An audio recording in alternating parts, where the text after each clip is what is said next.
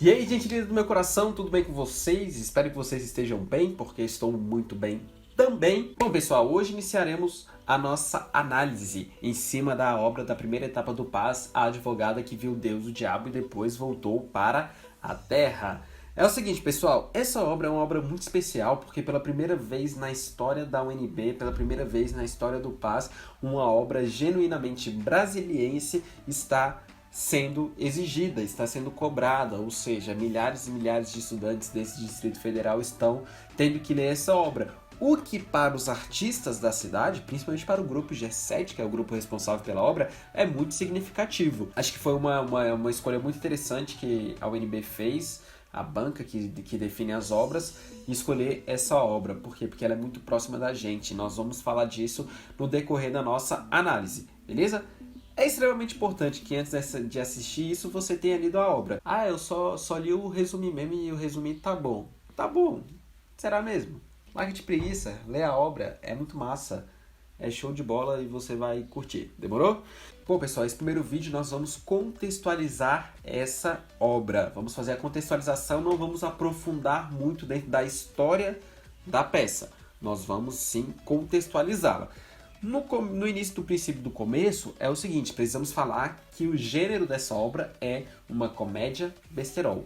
Uma comédia besterol. Então vamos às características da comédia besterol para vocês relembrarem. Então estamos falando de um gênero que tem uma caricatura exagerada, sátira, críticas sem compromisso algum com a realidade, quebra de padrões tradicionais e uma vertente comercial. Dentro da comédia besterol, o que é mais interessante de analisarmos é a questão de não ter compromisso algum com a realidade. Então a comédia besterol, ela permite que você amplifique qualquer situação, que você exagera, a galera não está interessada em fazer uma obra realista. Não, eles querem zoar, eles querem brincar, eles querem exagerar. O que naturalmente vai trazer a sátira, que naturalmente vai trazer a caricatura. Além das quebras de padrões tradicionais. Então a comédia besterol, ela também não está preocupada com o conceito de um teatro tranquilo, para atores em cena, a plateia lá sentada, quietinha, assistindo o espetáculo. Longe disso, a comédia besterol, ela vai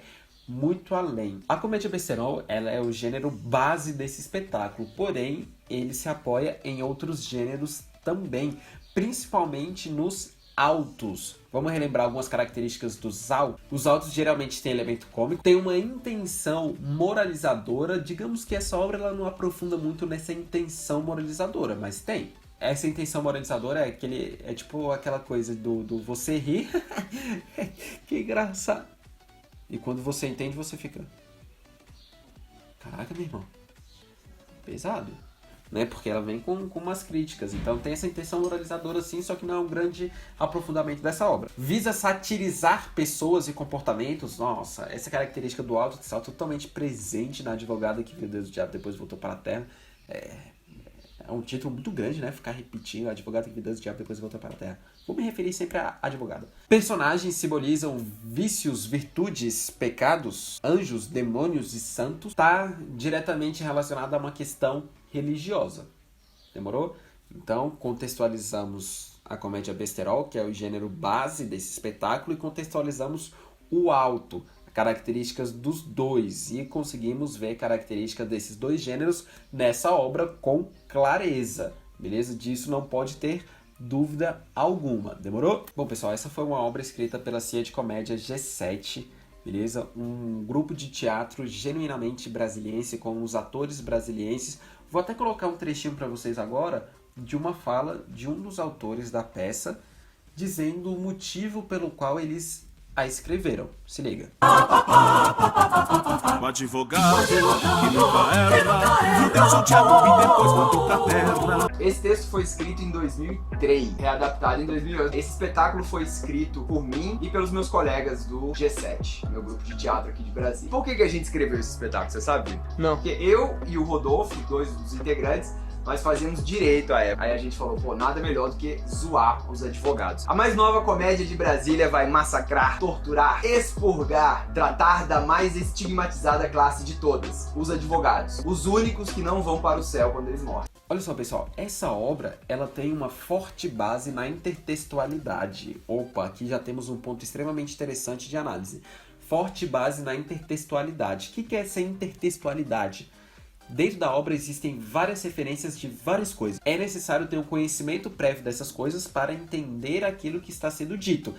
É necessário ter um conhecimento prévio para entender a história? Não. Mas para entender algumas partes da história, sim. Vamos lá.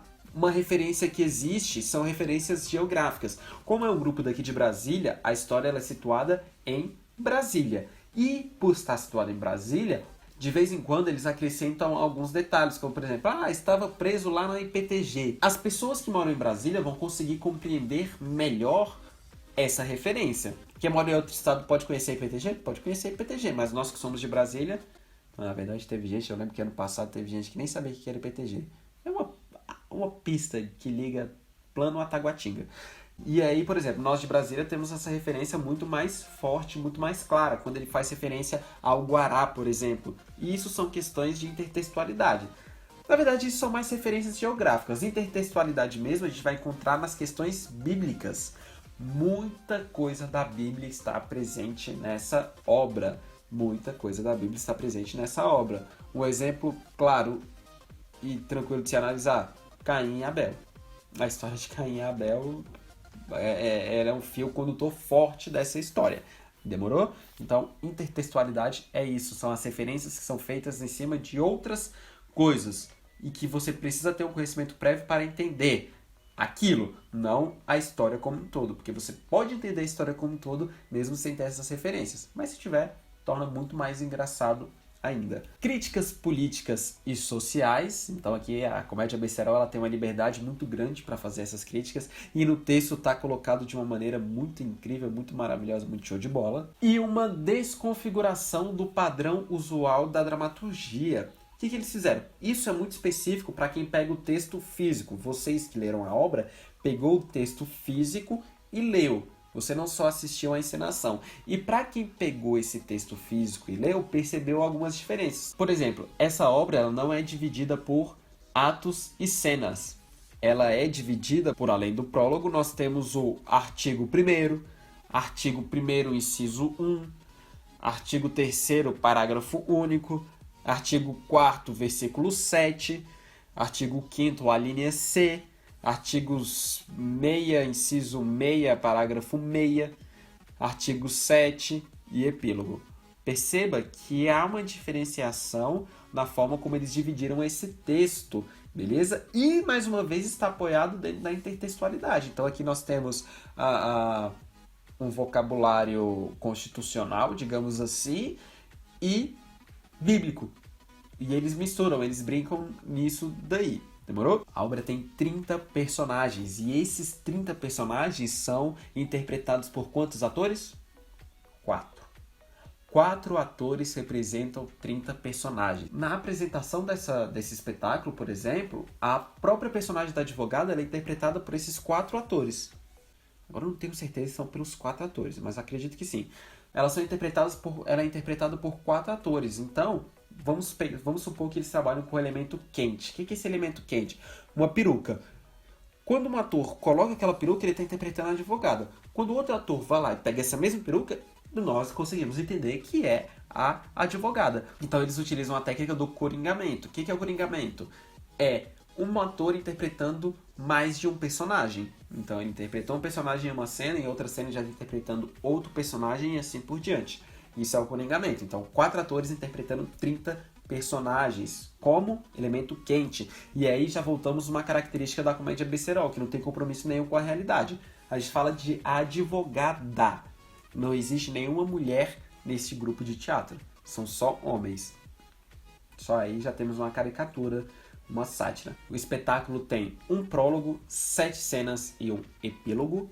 Ele brinca com texto e música. Não chega a ser um musical, mas ele tem várias partes que são musicadas. Digamos que seja um teatro musicado. Há uma quebra da quarta parede, ou seja, os atores o tempo todo interagem com a plateia, dialogam com a plateia, falam, quebrando a ideia de que existe uma parede entre os atores e o público. Cenário e figurinos modernistas.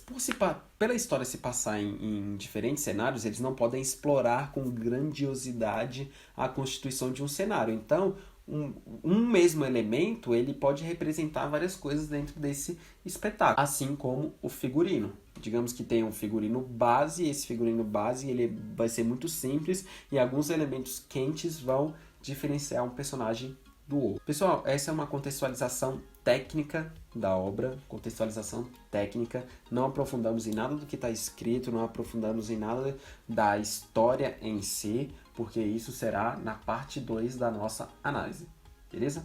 Por enquanto é isso, beijo no coração, na alma, falou, é nóis e fui!